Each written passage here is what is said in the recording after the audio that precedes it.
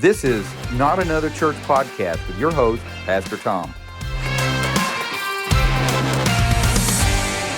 All right, so we're back with another episode this week on Not Another Church Podcast here at North Glencoe Baptist Church. I am still your fill-in temporary host, I guess. I'm Matt Aldridge, the student pastor here, and I'm with Donna Huff, and she is our children's and women's pastor, and also or women's minister, whatever. Does it matter? I mean, I know it does matter, but I'm just saying. I think it matters only for like tax purposes. Okay, maybe that's the way it is. And then over here, manning the soundboard and everything, we've got Brian over here. He doesn't have a mic. We took it away from him, but he's over here hanging out. And so this week the last few weeks kind of looked at some of the stuff that both of our different ministries were walking through and some of the topics they're going through. But if you're listening to this, we're 2 weeks or so out from Easter, and so that's where we're at on our Sunday morning stuff. Is we are inching through the narrative in Luke's gospel of walking us through the Easter story, and we've been looking at that. And that may be something that we do the next few weeks as we're moving to Easter. Is kind of looking at that in a little bit more depth and seeing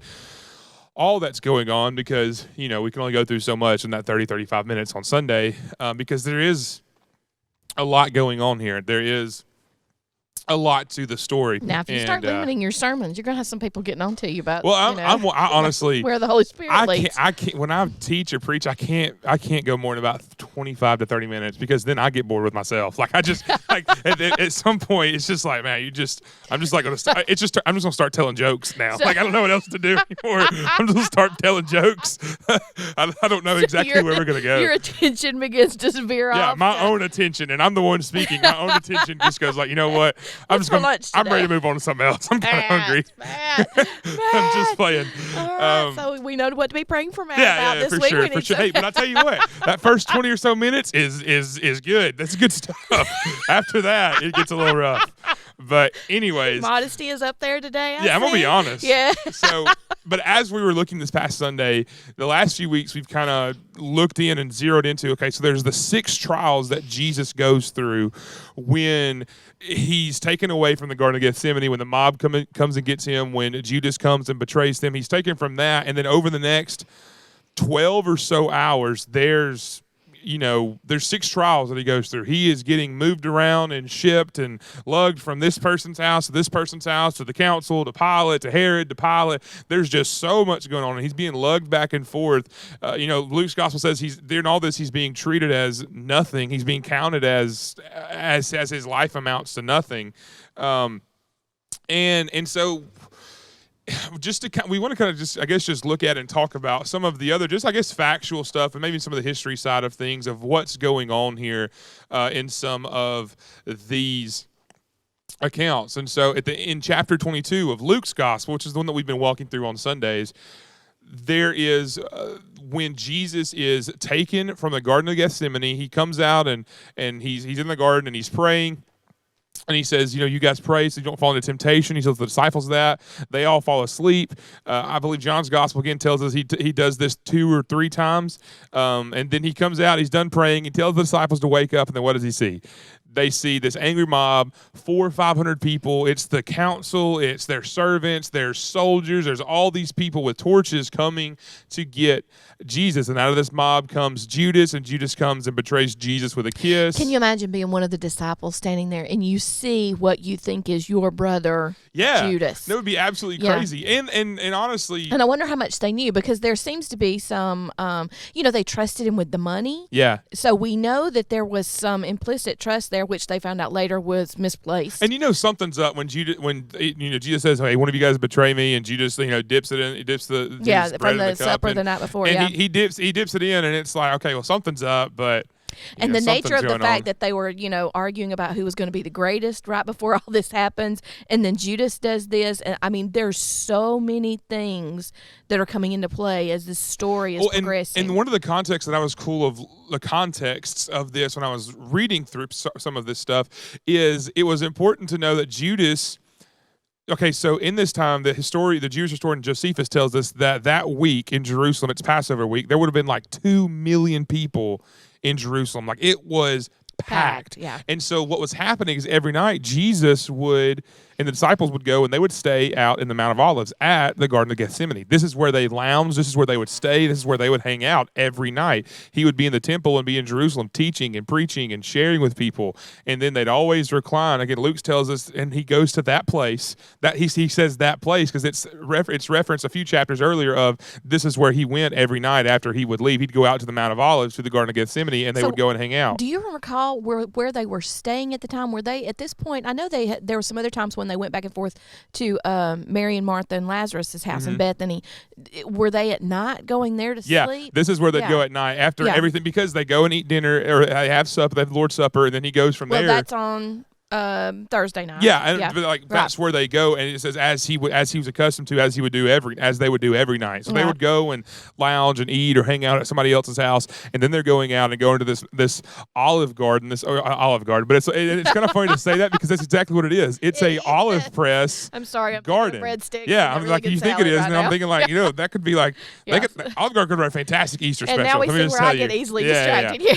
So they're in an olive garden. They're in a garden that's an olive press. Right. And that's where they hang out. And Judas would have been with them the nights before. And so when Judas leaves to go, that's where Judas knows exactly where Jesus is going to be. Like it wasn't like he called him, like, hey, or he's checking Peter's locations, like, hey, where you at? Like that's not what he's doing. He knows exactly where they're at because this is where Jesus has been throughout the week at night.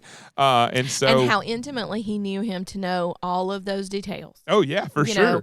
Which makes that betrayal so much more. And the kiss, while you like in today's culture, there's a pandemic. Again, I said this in the sermon. Don't go kissing people that you respect. But this is a massive sign of just disrespect, and it's just like it's so villainous almost because so if you had a teacher or an older rabbi or a friend or something that you would respect and that you learned under and they were just there for you and they were of great regard in your life, when you saw them, when you met them, you would kiss them. That's just how it worked in their culture.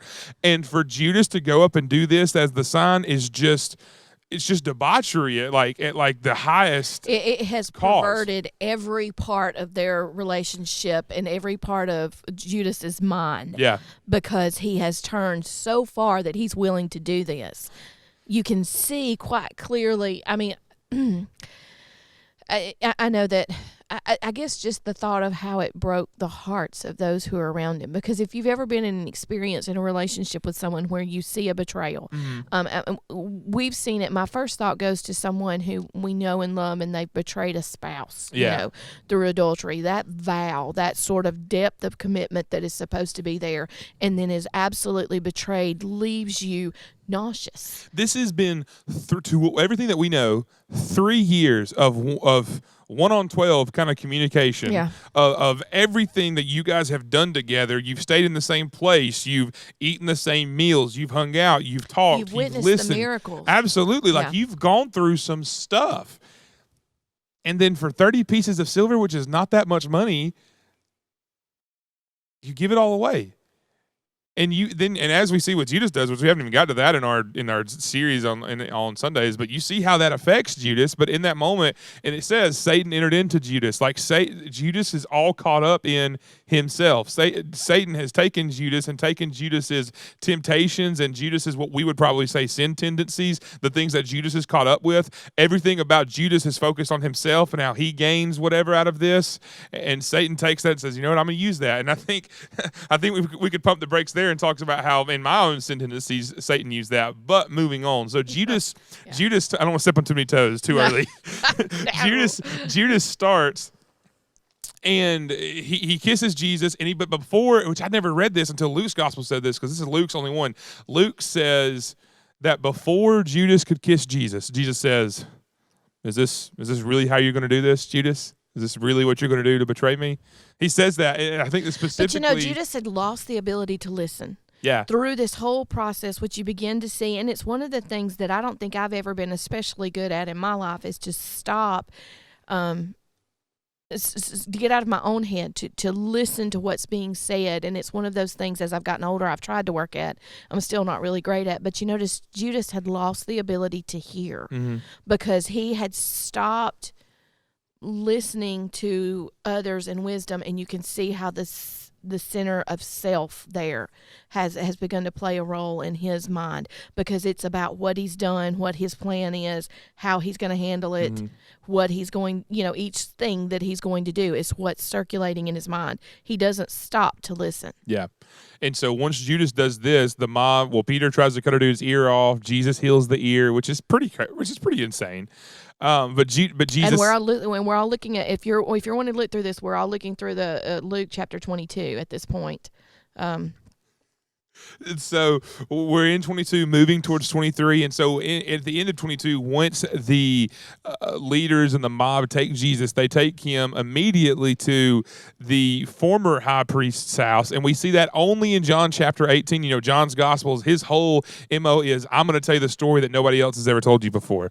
And so he tells us this information of the first time he goes in front of people to be, quote, and I say this quote unquote, like air quote, sarcasm, tried, because in the Jewish culture, in their law, you cannot try somebody at night. That's just not how it worked. It's just like, it's what like they're doing there is building the case. Yeah, it's like there's office hours here. Like, this we don't. I mean, between like 5 and 8 the next morning, you just don't do anything because the office is closed. I can't go to the courthouse at 7 o'clock at night and renew my driver's license. Why? Because it's closed. That's just not how it works.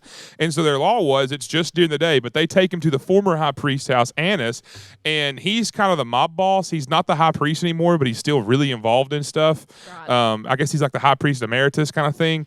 Well, no, I like what you said before we ever started this. Yeah.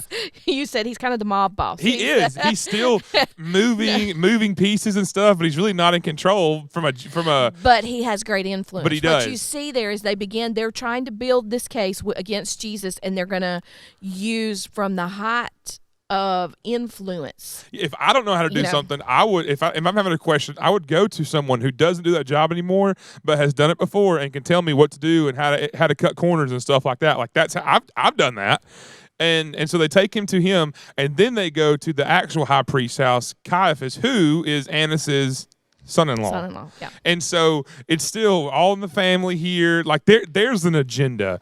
And then that at Caiaphas' house is where Peter's out in Caiaphas' courtyard, and he denies Jesus. Well, they're going to places where they know that someone's going to agree with them. Yeah. You see that you can already begin to see the mindset that's here among these people, because they're going straight to those who agree with them. Mm-hmm. And they're going to, as they're building that case, they've gone to, father-in-law with great influence, then to the current office-holding high priest of his son-in-law. Mm-hmm.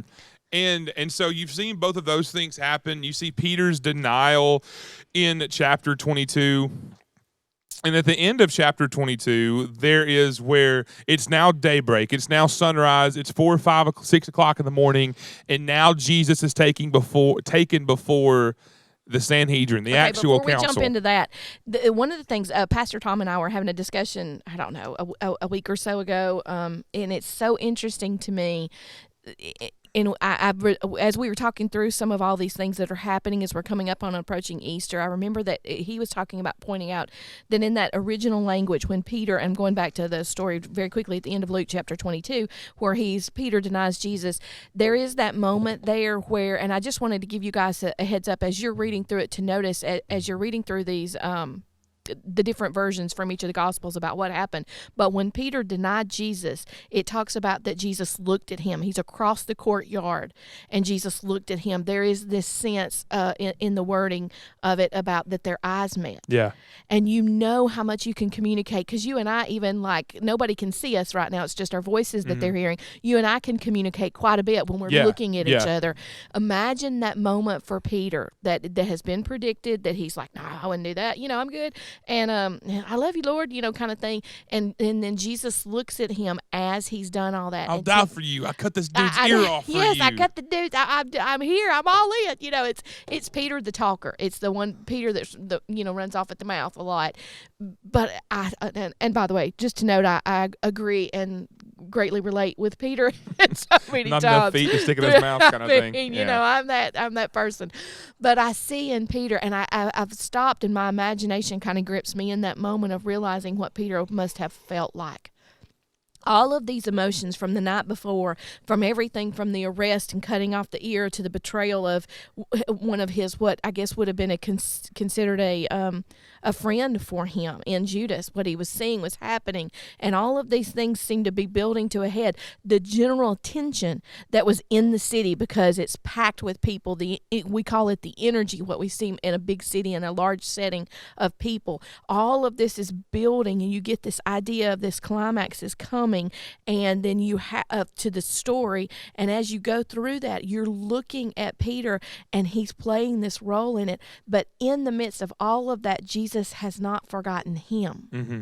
And that's so important, and speaks in so many ways and so many levels of everything about Peter, everything he had learned, everything that he had done, and his failure, but looking at his Savior in the eye for the sin that he's just committed, and to begin to understand how much did Peter know, what was he wrapping his mind around with all of this, and how many emotions were going on, conflicting within him, because we saw the denial, we saw the fear that he must have held as the crowd is just surging against with this idea and attitude against Jesus. And I that part of the story just grips your mind if you stop and think about that, because we kind of pass through this as you and I are talking today about that we're going each one of these trials, trial, or or we're calling it a trial, but each one of these events, shall we say, as they're going through each one of these with the legal process with Jesus, but you still have people out there who are suffering with sin and their own tendencies and the things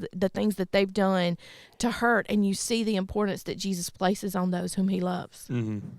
And it just grips your heart in this part of the story as you go. Yeah, and it's so you look at it and it's like, man, Judas, like, come on, man, like, what are you thinking? And I look at Peter and it's like, oh, come on, bro, like, what are you thinking? Then I look, it's like, well, Matt, if you look at your life, so many people could look at you, like, oh, Matt, dude, like, what are you doing? Yeah. You know, what are you doing out here? As we stop to look at our own heart and think about how, and it may not and I think today, in some places, it is either deny Christ or face your life, and to underestimate or to put down, like in some of those cultures or countries where missionaries are serving, and it's a life or death kind of thing. I'm not putting that down at all, but I guess you do call it a blessing in Glencoe, Alabama, in the deep South United States. It's very rarely is it Christ or my life. Like, there's either we're very rarely faced with those, but what we are faced with, it's Christ or my reputation, or it's Christ or my status in the situation, or it's Christ or what it looks like. Look like the appearance of others, the pride. And again, that's not me putting down, because Christ or my life, I mean, the people who deal with that and walk through that on a day in, day out basis is absolutely insane. And so for those missionaries, have this idea of, as we walk day to day, that it's like, yes, I'm Peter, I'm all in, I love you, Jesus, I would do everything for you, but then I get in a situation where it's difficult. Peter's situation was fraught with anxiety and fear, anger, emotions, energy, all things that are going on in his mind. He's cussing the servant girl. Yes, but he loves Jesus at the same time. Yeah. All of that emotion is just roiling within him.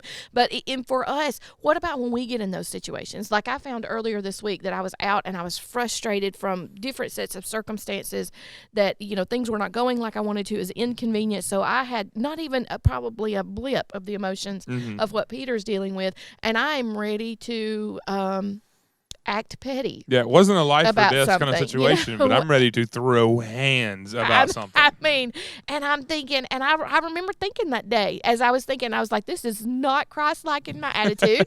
I would like to tell a few drivers what I think of them today out on the road, and, somebody else who's inconvenienced me, and I thought, how far do I still have to go in my walk, in this sanctification of me? And, I know this is going to be funny, but all I could think of was Paul saying, this body of death. Mm-hmm. If I could just get rid of it, and just, I sometimes I tire of myself when I find myself doing that, because I know my love for Christ, but at the same time, I'm still fighting with this who I am inside. And the enemy will use that too, which is crazy how he works. It's like whatever it takes. He'll use me just because I want to sin, and he'll use me to sin. And then when I feel bad because of my sin, he'll use that.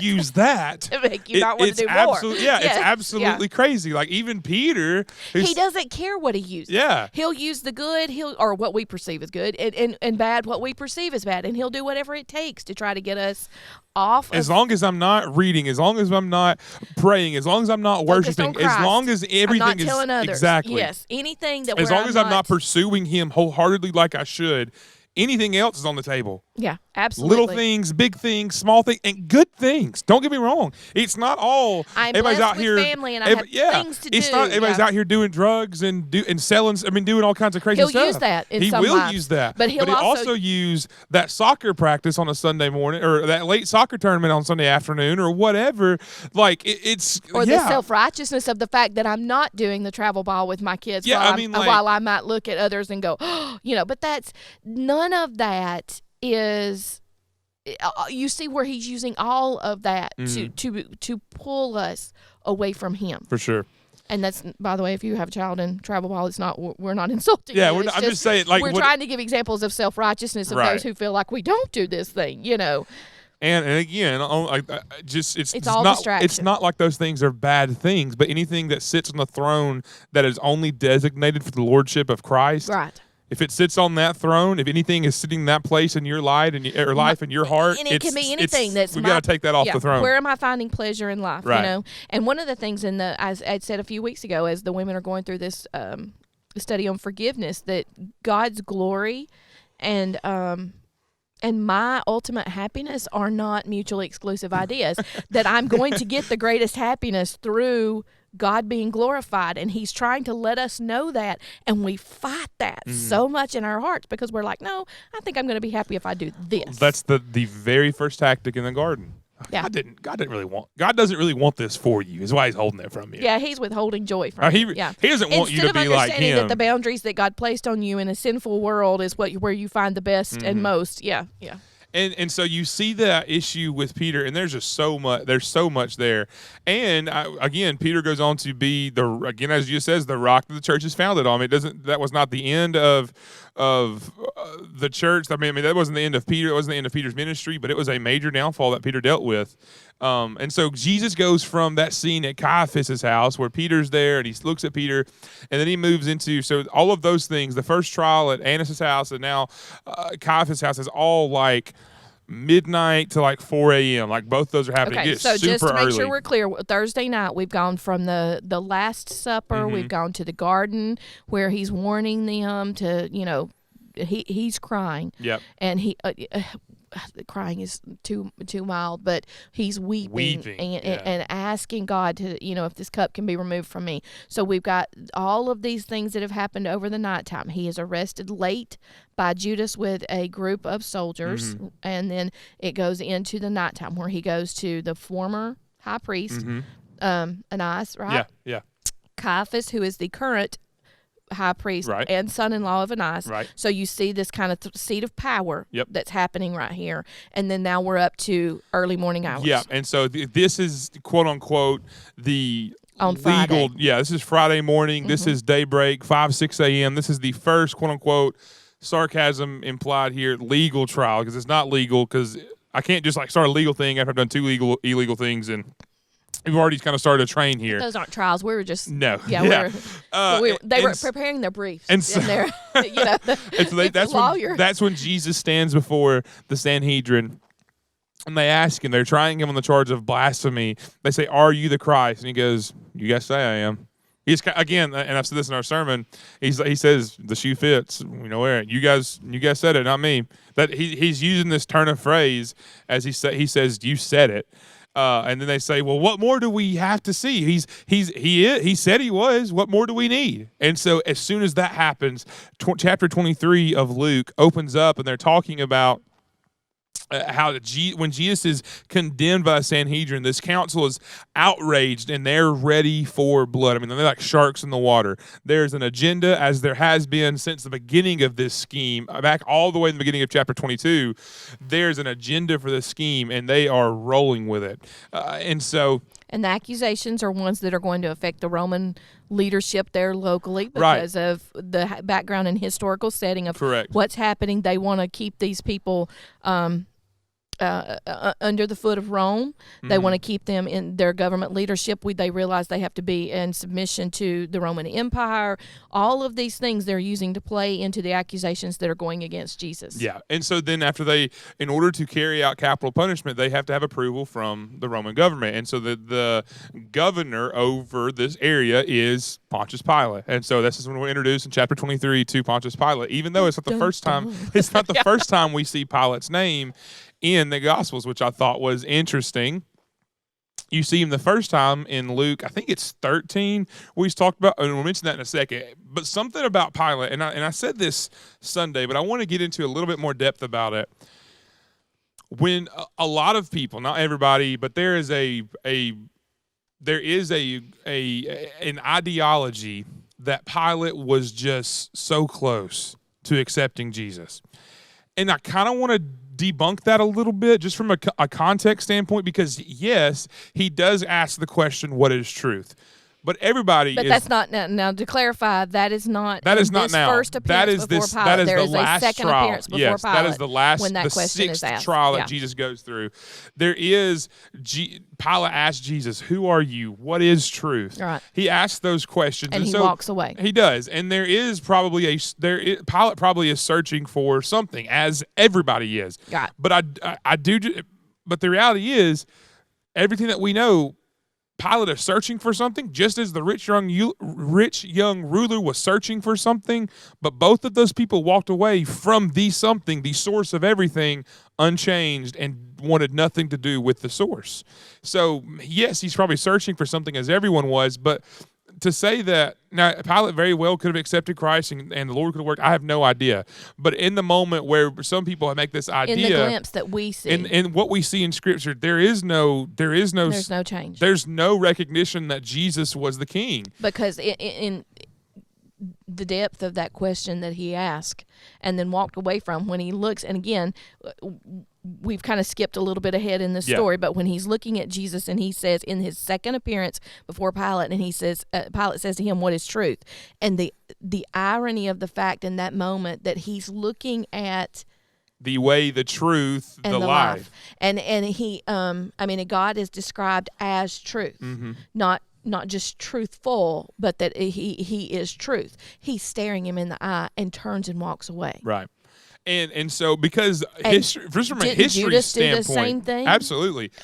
From a history standpoint, we kind of, again, we like to take the emotional side of Pilate. It's like, oh, he was so, man, he just was. He's profound. He was struggling with this. No, this was a bad dude. Yeah. This was not a good guy. He's not a good man. He's not a good guy. Philo of Alexandria, the Jewish historian, he talks about historians about Jewish history. He says that Pilate was corrupt, that Pilate was cruel, Pilate was insulting, he's grievous, he hates Jewish people. He hates the Jews. But he's a ruler over them. But he's the ruler over them. Yeah. And as this governor, his role, do you suppose he hated them because he saw in them some of the same things that would have been described in his own sin? It could have been, or he just, as Romans, just he was better than everybody. He's just better than everybody. They're just better than everybody else. He was not a good dude, not a noble guy, but married into a noble family. He is Caesar Augustus's grandson-in-law. He married Caesar Augustus's granddaughter. And so he's in the realm. I mean, he's a powerful. He's in the noble family. He's in the Caesar's family. This is a guy that you don't want to mess with. But he crossed the line so many times that it was a very tumultuous relationship between Pilate and Rome. He was not a good guy. His main roles, though, as governor, is to get your taxes paid, take all the taxes from people, and keep the peace. You do those two things, you're really going to work out fine. But Pilate didn't care much the Jewish people. He incited riots. As I talked about, one of the first time we actually see Pilate or hear from them is in Luke 13. It says Pilate just murdered a bunch of Galilean guys as they're trying to make sacrifices so that the Galileans would stop stirring up trouble. He just murders them. I mean, we really don't know exactly the context of why he murders them, but it says he mixes the blood of the Galileans with the blood of the sacrifices. He kills them. Okay, so then you see in chapter 23, so Luke chapter 23, you hit down at verse 5 where it says, but they were urgent, meaning the people, the accusers of Christ, and saying he stirs up the people, teaching throughout all Judea from Galilee. Yeah. Even to this place, they're using triggers and cues in their discussion with Pilate. Galilee is home for troublemakers. The zealots, all of these, they come from Galilee. Galilee was home to people that made trouble, and that's one of the spins that these Jewish people or these Jewish leaders were making on Jesus. That their charges are, he tells people not to pay taxes to Caesar. Jesus never says that. Jesus actually says, "Give to Caesar that which is Caesar's." But he says, and give unto God that which is God. If you start that first part, and this is Tom always says, you got to finish it. You got to finish it. So I made sure I did. He says, oh, he's leading people astray. He's inciting people to walk away from their trust in Rome. Jesus never did that, but they're tickling the ear of Pilate to say, oh, but we need to take care of this guy. And he says he makes the claim that he's the Christ, that he's the king. And Pilate look, they had worked. They knew what they were doing. They clearly used things that were triggering him. The irony of it is, they didn't want Rome in charge. They could care less about Rome. They hated Rome. The Jewish leaders hated Rome. They hated the Roman government. They were all looking, because their idea of a Messiah was one who was coming to save them politically. A military overthrow of whatever government they are. And this wasn't happening. And so even though they hate Rome, they're going to use Rome to leverage and get what they want. It's just so ironic and honestly what it all goes back to. How many people are playing God in this situation while God is using each one of them to bring the maximum glory to himself and to fulfill his plan? What it does is it sits there and convicts me, because it's like, I'll use people that I don't even like to get what I want. Oh yeah. Like I'll do stuff that I don't even like doing. I'll play what if it's suave or cunning or whatever it is. I'll do whatever I got to do to get what I want. Out of my sin and out of the enemy of my enemy is my friend. Out of my depravity, and to see what lengths that these men would go to have Jesus convicted. And so Pilate he really focused on that last charge. Even though he's not a good dude, he's reprimanded by the emperor for inciting a riot after he took temple money and built a Roman aqueduct in Jerusalem. That's not a thing. We're embezzling money from the church money there. That makes the Jewish people mad. He incites riots, kills a bunch of Jewish people. That happens. And so he can't have another riot. And these people, as Luke tells us, are urgent about this. And Pilate hears the charge. Are you the king of are you the Christ? And Pilate goes, y'all say that I am. Jesus goes, y'all say that I am. You say that I am, so it must be true. Yeah.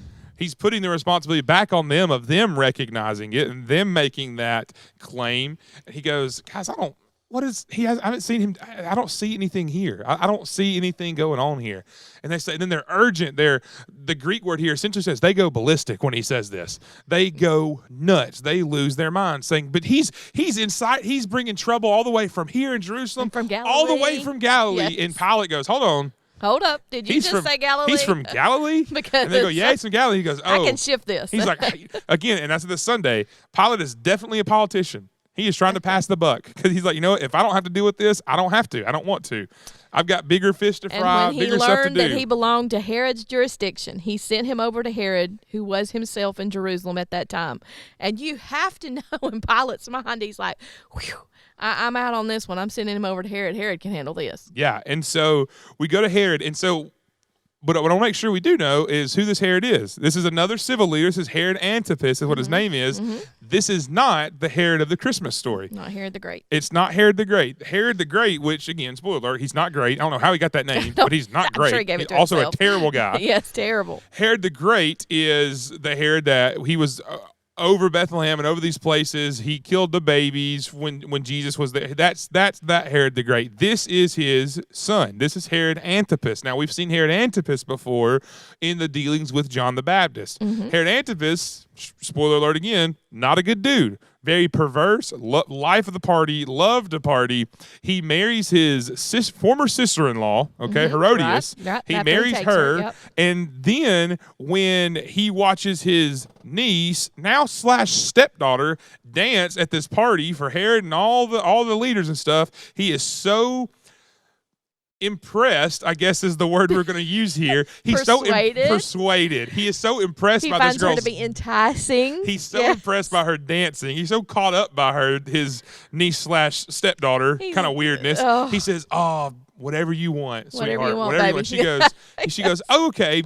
How about Lord Order of John the Baptist's head on a platter?" And so he imprisons John the Baptist, cuts his head off. This is that Herod. Yeah. This is that Herod. Mark's gospel, which is also kind of interesting, that he tells us about Herod, that Herod would sit and listen to John the Baptist preach and knew that he was a righteous and holy man.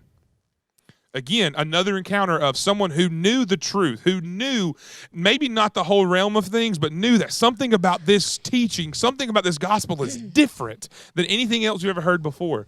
And it says that when he heard, Scripture tells us that when he heard about Jesus, he was confused and perplexed by all the things he had heard Jesus doing. And so when he comes to Herod, it says that Herod is happy and excited to see him. And I'm like, man, this is kind of sick. But it's because he wants to see Jesus perform or do miracles. Essentially, he wants Jesus to stand before him as a court jester and pull a rabbit out of his magic hat. Like, that's kind of what he wants here. He's expecting Jesus to come. I want you to throw the staff down, turn it into a snake in front of me, and make this. He's expecting Jesus to come to him and entertain him. And you're like, man, what is this guy's deal? But I look at us. How many of our people, of myself, come to church or come to God for some sort of entertainment? God, fill me up. Fill me up with something. I just don't feel the same like I used to at church anymore.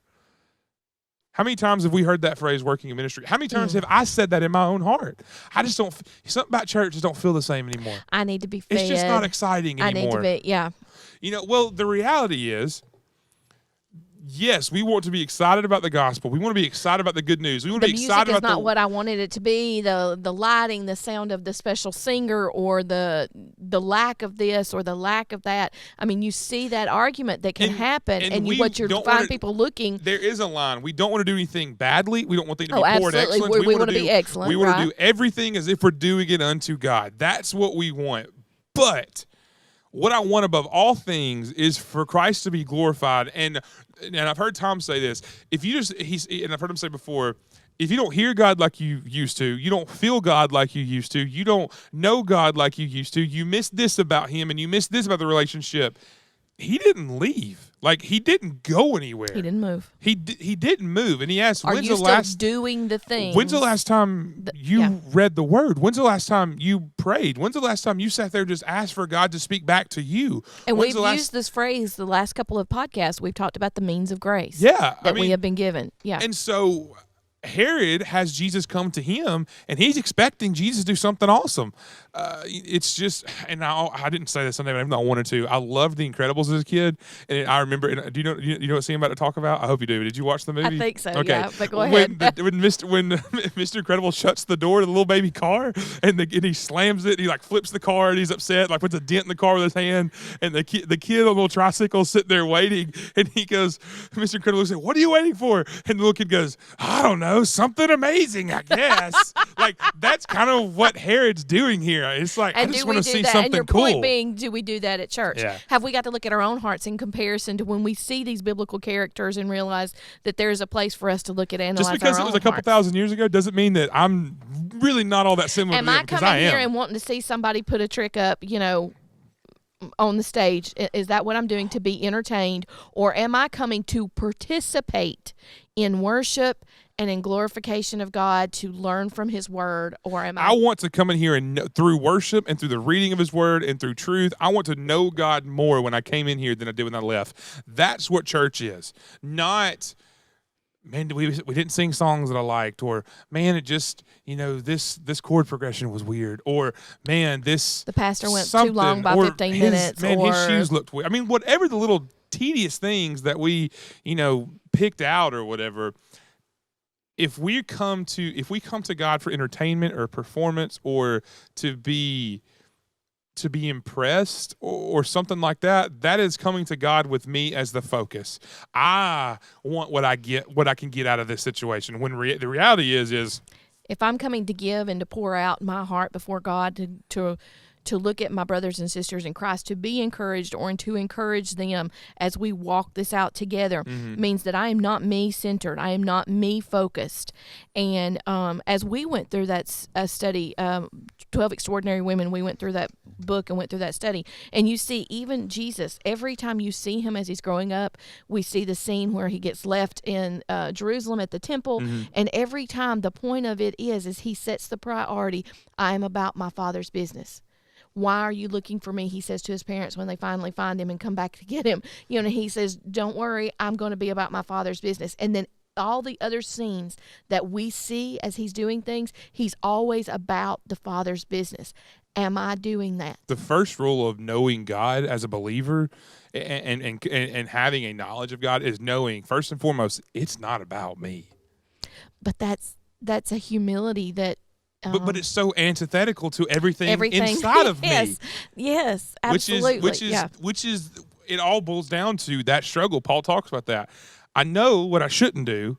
I know my flesh, and I know my flesh is separate from I shouldn't do. The things of God, but I do the things I know I shouldn't do and don't do the things that I know I should do, and there's this constant struggle with that. That is the Christian life. That is the walk, but it's us realizing and pursuing and knowing it's not about me, it's about God, and church is the same way. And so Herod has this idea that it's about what he can get from Jesus, and Jesus doesn't do tricks. Jesus doesn't turn backflips here or do anything. He didn't perform. He didn't do anything. And because that was not his mission. That was not the Father's business. But Herod had been hearing, and all he had been hearing are probably the large crowds that had been drawn, the miracles that were being purported that Jesus had done, that his disciples would have known and seen that he did. But Herod's not going to go hang out with 5,000 people listening to Jesus teach. So he's wanting his own private performance here. Yay, this guy's coming before me. I want to see him jump through hoops, but as we Jesus knows, as he says in the garden, that the Father's will, that Jesus knows that the Father's will is going to end up with him dying. Jesus is all-knowing. Jesus is also God. He knows what the end game is here and knows that it was not time to entertain Herod here. It's not time for a dinner and a show. And so Jesus doesn't perform, doesn't do anything. He stays silent through that. Herod beats him, mocks him, makes fun of him, dresses him in kingly clothing, is what Luke's gospel tells us, and they send him back to Pilate. But through all of this, there is no condemnation of guilt on Herod's part or Pilate's part the first time. There has been no saying that he's done anything wrong. Yeah, they beat him. Yeah, they make fun of him. Yeah, they mock him. But Herod has his fun and sends him back because he doesn't want anything to do with it. And so he comes back to Pilate. And Pilate in verses 13 and 14 says, look, I've looked at this. Like, I can find no guilt in this man. Herod couldn't, and this is what I'll do. Look, he's talking to the Jewish people, the Jewish leaders. He says, look, guys, I'll punish him. Look, we'll beat him. We'll send him a message, and we'll let him go. He hasn't done anything. And again, they freak out. And that's kind of where that passage. And Pilate, it kind of finds himself. Not as a good guy. I don't want you to frame him that way, but he finds himself in a rock and a hard place. Well, what he's looking because for, he's trying to please everybody. Here. Yeah, he's looking for the compromise. He doesn't want to do what is morally right because he's trying to please everybody. He's more worried about his position, his power, and his authority than he is about what is right. If his job is to collect taxes and keep the peace, he can't have another right on his hands. No, he can't. He's already incited one. He's already made Jewish people mad and already really stirred things up. Because again, if he was quote unquote removed from office. Historically speaking, Roman people don't just it's not like we do for presidents now. You get removed from office or you don't get elected again and you still get a salary and you get your retirement, go to the coast somewhere. In Roman culture, if you were removed from office, you were usually removed from existence. So your head was removed from your body. It was usually kind of how that worked. And so Pilate knows, hey, I can't do this. I have to be able to try to make both things work. Hence the reason he sends to Herod the first time. Oh, I'll let the Jewish guy deal with this. Yeah. And then he comes back. He's like, man, we'll beat him. He gets the message. He understands, and we let him go. I'm not going to kill him. He hasn't done anything. And so, because he's kind of, if I kill him, some Jewish people may be mad. He has a following. He knows he has people. Right. But these guys are going to be mad if I don't kill him, so let's just try to find the middle ground here. He's not looking to let Jesus go. He's looking for a compromise to make sure he comes out on top. Oh, yeah. Yeah, I mean... Well, okay, like I said, this is yet again an example of he's worried about I. Yeah. This, people want to make Pilate out. Pilate wanted to free Jesus. Well, Pilate freeing Jesus was the means of Pilate still coming out on top. That's what Pilate wanted. Yeah. And so through these encounters, we look at these characters in the Easter story, and in this narrative leading up, both of these encounters with Jesus by these two men who look the Messiah, the Savior, the truth in the face, both of them say, me coming, my status, my power, my position was more important than the truth. My entertainment, my performance. But how convicting is that? Just to sit and listen. Know, We've sat and talked about this. Look, I preached it. I stood there saying, like, man, like you just, you lived with this for days as you went through. Yeah. It's like, man, you suck, man. Like you're awful. Yeah, and you look at your own heart and you think, wow, and then you become thankful, and great. A grateful heart can come out of that he would save even me as who I am, knowing how atrocious I am, knowing my own sinful tendencies and darkness that resides in my heart, that he comes along and saves me, and then he works to sanctify me. It's through a lifetime. And because of that, in that process of sanctification, and then just the day-to-day, as we looked at last week, it's just the question that I ask myself every day: what am I pursuing? Am I pursuing me? Herod wanted himself to be satisfied, gratified. He wanted the magic tricks. He wanted he wanted all the cool stuff. But there was no commitment back. There was nothing else. I'm pursuing what I love. Pilate. The answer to that in my heart is I'm pursuing what I love, and you're pursuing what you Absolutely. love. If it's Matt, then I'm pursuing all the things that makes Matt happy, or Donna, as I'm talking about me. I mean, I realize that where my love resides. And one of the prayers that in my walk with Christ over time has been that I have taken the time to cry out to God to say, help me to love you more. I don't think I love you enough. And I keep trying to put myself on the throne of my life. And I repent of that and forgive me of that. But I keep finding myself back there at times in my life. And I'm asking God, and I'm like, please, God, just, save me from me. Because I realize, like, when I try to do it on my own, I can't do it. But man, I love it. But man, I love doing it on my own. It's that same thing. Satan is going to use either one again.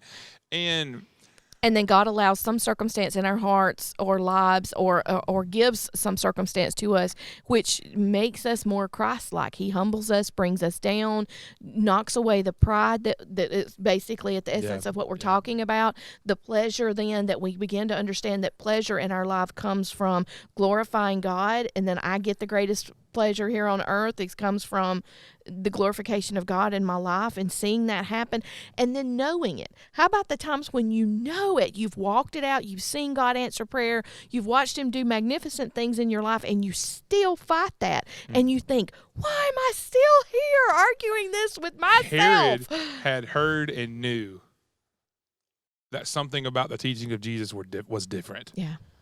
Pilate looked at him and knew something was different. He knew that he had something he was possibly searching for, hence the reason he asked why he was true. What is truth? Yeah, I mean, they seem to categorize him, though, with other men that they've known that have come along that have been great, essentially known for their great wisdom or some great talent that they had or something like that. They're all trying to put him in this other category where they can just dismiss him with all the historical figures that came before them. But there is no other category that Jesus fit in. No. There is no one like our God, and those two guys missed it. And for me, I don't want my pursuit of self or my pursuit of self-righteousness or my pursuit of wickedness to keep me from missing it on a day in, day out basis. The last thing you want on your tombstone is that the person who lies here missed it. He might have. He could have. That's potential. Because that's what we get. That's the thing we get with Pilate and Herod. Pilate, after he saw that Jesus could have been truth, he might have. Well, I don't want to might have. Yeah. I want to know that I know who Jesus is. I know that he came. I know that he died. I know that he rose according to the scriptures. And I know he's going to prepare a place for me. And I know he's coming back. My life was spent in pursuit of glorifying that and letting others know about it. And so with those two characters in the Easter story, we look at those two guys and they missed it. And our hope to you as our listeners, or someone or as members of the church, or the members of just the global church, as believers in general, don't miss it. Don't for the pursuit of anything that holds that seat of lordship rather than Jesus, don't miss it. Because if you do, it impacts your eternity. From what we know, Herod and Pilate, their eternity was not secured in Jesus. From everything that we know, might have they might have, but we both see in spots where they rejected Jesus. And you can sit on a church pew, chair, whatever your facility is, and you can end your life as being one that might have. Yeah. And that's not what we want for you. That's not what we want for you as a believer, as a brother and sister in Christ. And I'm sure that's not what Jesus wanted for Pilate or Herod, but that's the decision that they made. Right. And but we are thankful for, as we'll look at the next few weeks, the death and the resurrection, as we'll look at those things and look at how that kind of changes, the narrative changes here, but this is still walking towards that path of darkness, is pushing us to the cross. And so we'll maybe check in with some more details of that over the next few weeks. And if you find a place where the Holy Spirit is convicting you and dealing with your heart, and you find yourself in conflict, find someone who has walked before you. Find someone whom that old saint in your life that has influenced and affected you. We would encourage you to, any one of us are available at any time if you would like to talk about that. But also, there are going to be those in your life who that have experienced the goodness of God and experienced what it means to fall in love with Him, to be in obedience to Him, and we would just plead with you as you listen to that, and not to allow the distractions of this earth pull you away from Him. Absolutely. Well, that'll do it all. That'll do us in for this week on this episode of Not Another Church podcast here at North Glencoe. We thank you so much for listening. We'll check back in with you next week. Go serve your King. This has been Not Another Church podcast with your host, Pastor Tom. Thanks for listening, and go serve your King.